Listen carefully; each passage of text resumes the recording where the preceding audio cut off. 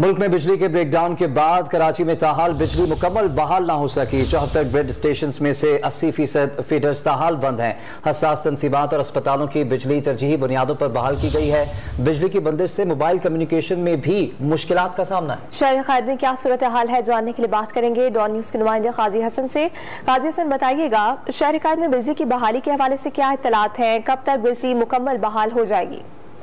जी, बिजली बहाली के हवाले से तो ताहाल कोई भी जिम्मेदार ये कोई बताने को तैयार नहीं कि इसका कब तक ये मुकम्मल बहाल होगी, क्योंकि ये मामला सुबह 7:35 से जो पाकिस्तान भर में जो ब्रेकडाउन हुआ था उससे कराची भी मुतासर हुआ है। और यहाँ भी जो कराची के बेशतर इलाके तकरीबन 74 से जायद ग्रिड स्टेशन है और जिसमें से 80% जो है ग्रिड स्टेशन जो है ताहाल बिजली की फराहमी अभी तक बहाल नहीं हो सकी है। के इलेक्ट्रिक जराये का ये कहना है कि जैसे ही वो NPPCS से बिजली लेने की कोशिश करते हैं तो लाइन बार बार ट्रिप हो जाती है, जिसकी वजह से बिजली की फराहमी में ताहाल अभी तक बहाली नहीं हो सकी।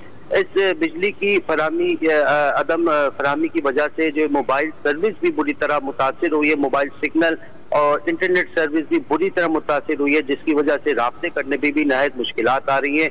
के इलेक्ट्रिक का ये तर्जुमान का ये तो कहना था कि उन्होंने तरजीही बुनियादों पर जो स्ट्रेटेजिक तंसीबात हैं, हस्पताल हैं, सिविल अथॉरिटी है और यहाँ की तो बिजली उन्होंने कहा है कि हमने बहाल की है, लेकिन वहाँ भी मुकम्मल तौर पे अभी तक रिस्टोरेशन और बिजली की मुकम्मल बहाली तो नहीं हुई। तो जबकि शहर के जो है बेशतर इलाके जो है वो बिजली से अभी तक ताहाल महरूम। शहर में बिजली बहाली की कोशिशें जारी हैं, लेकिन अब तक खातिर खा नताइज नहीं मिले। बहुत शुक्रिया काजी हसन, आपने तफसीलात फराहम की।